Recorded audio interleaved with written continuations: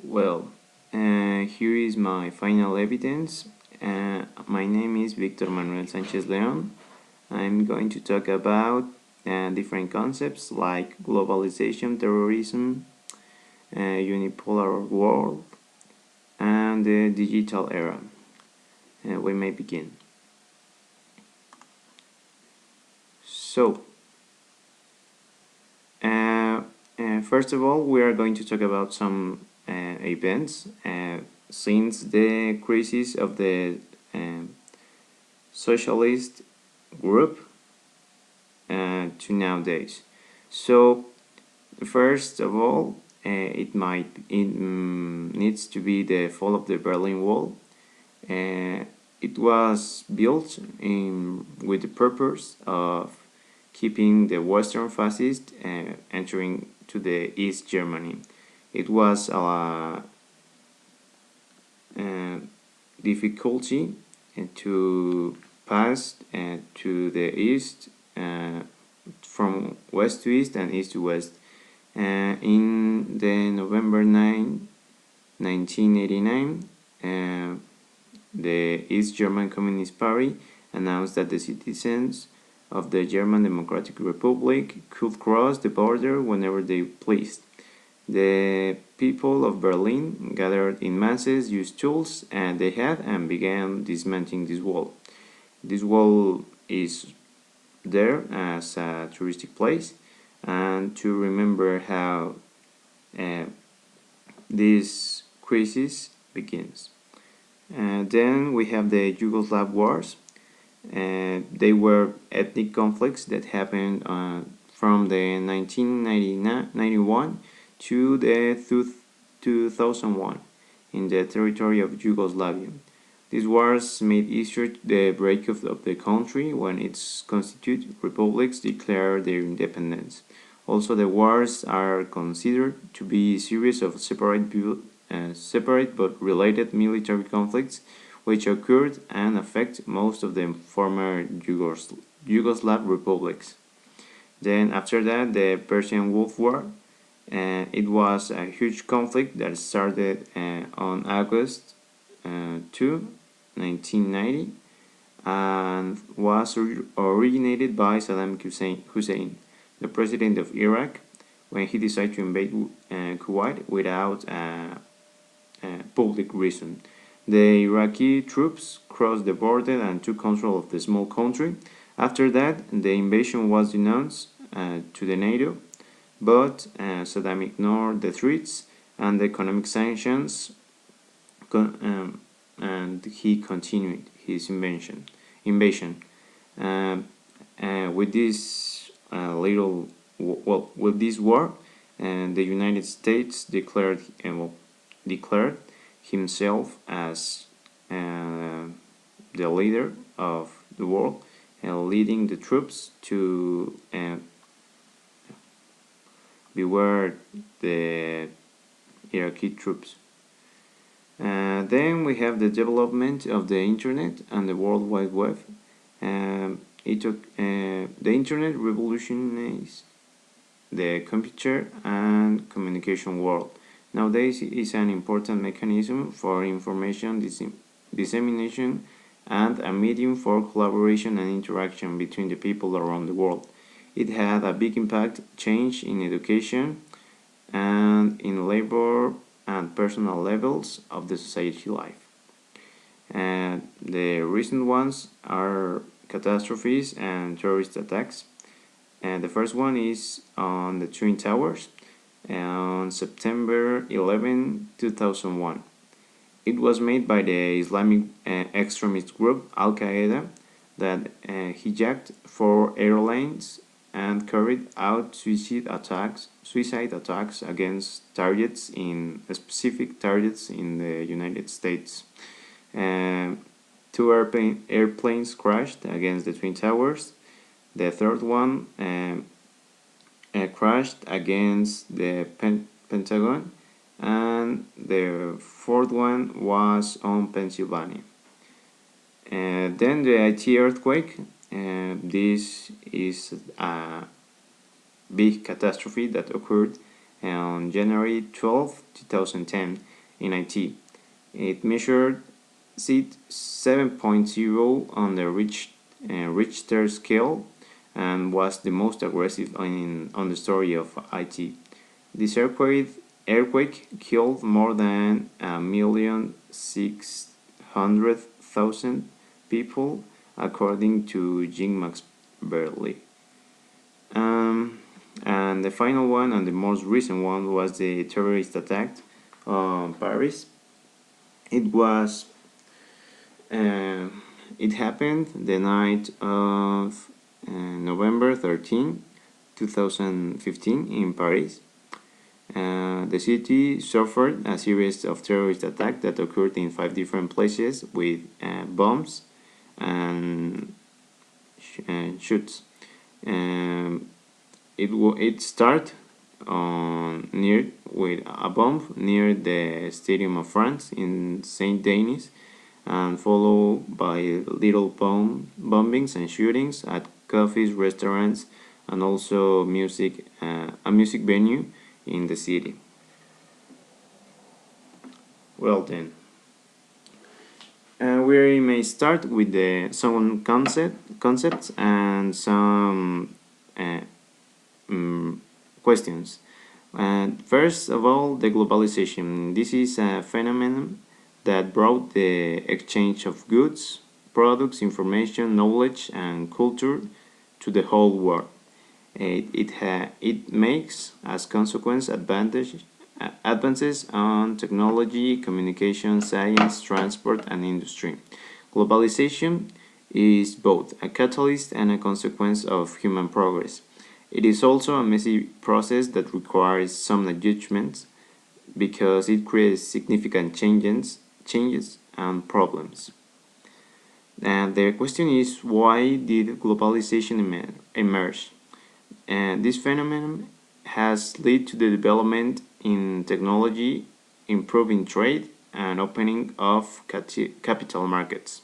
The globalization also seeks the internationalization of economy system, and this calls for free trades of goods, services, and the free movement of capital between countries.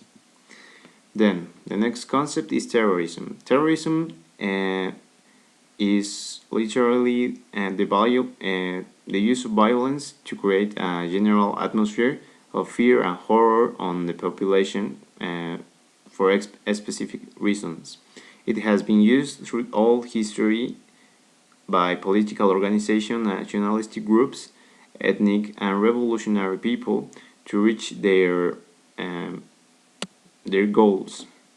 So, the next question is, in most cases, what caused the terrorist attacks of the 20th century? In the early 20th century, terrorists justified their violence in the name of anarchism against socialism, communism, also capitalism. Terrorist attacks form part of political and social injustice. People try to do the right things, and what they perceive their needs as social, political, or economy is going wrong because of the government, and they thought they need violence to reach their goals. Then the next concept is the unipolar world. The unipolar world consists on where is only one opinion that is economic, political, and social important. This opinion will gives birth to a country. Nowadays, we're living on a unipolar world where the leader, we might say leader, is the United States of America.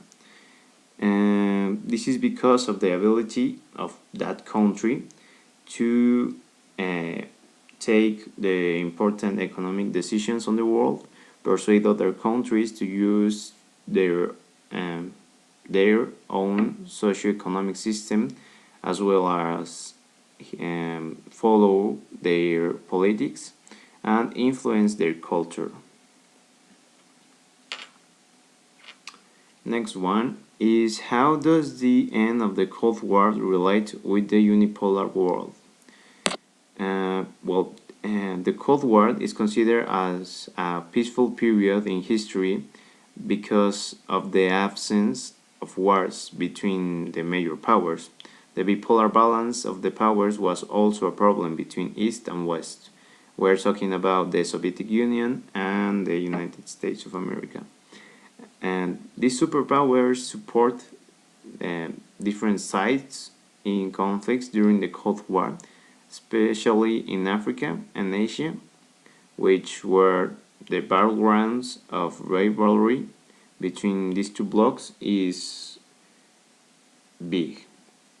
The Cold War ended after the Soviet Union fell after its participation in the fight with the USA. A later attempt to introduce the market, a socialist or communist market, failed. The power of the Communist Party was over, and they finally give the world to the United States of America, so seeing the fall of the Berlin Wall. Then the final concept is the digital era, and this name is given to the period of history that is linked with the information, the communication, and the technology. The technology increased, and the speed of and the learning process of knowledge is also helping the economy and the society. These are brought new inventions that states that sustainability relies on the knowledge turnover. Well, the final question is, how has the digital era influenced today's society? The digital era is a revolution. It's an important change that leads the entire world to a process of development of technological advances that made a profound change in our lifestyle. Nowadays, all of us have a cell phone, a laptop, and even the online programs to exchange knowledge is common on our lifestyle. The main proof that this phenomenon has brought is in the communication. Now everyone has the capacity to broadcast news that have occurred around the world in almost in an instantaneous measure, allowing the flow of information that we didn't have experienced before.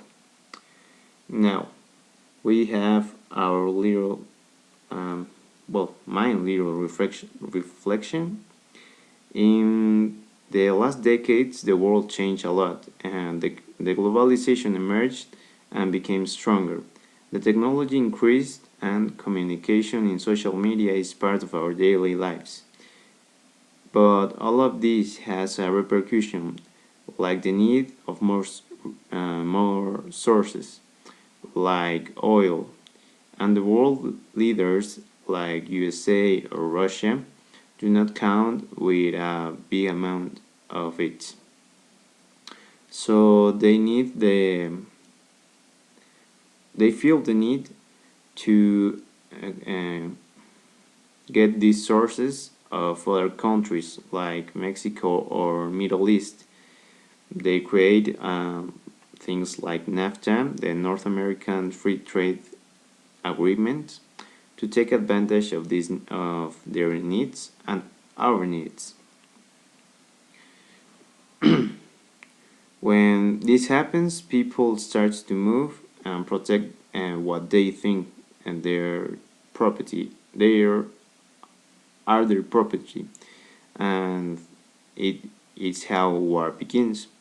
It's important to know all of this so you can know the reasons of almost everything, and why there are wars happening on, well, right now, why we live like this on these days, how does the communication is improved, why does the government rules on different ways on different countries, and why people behaves like they do.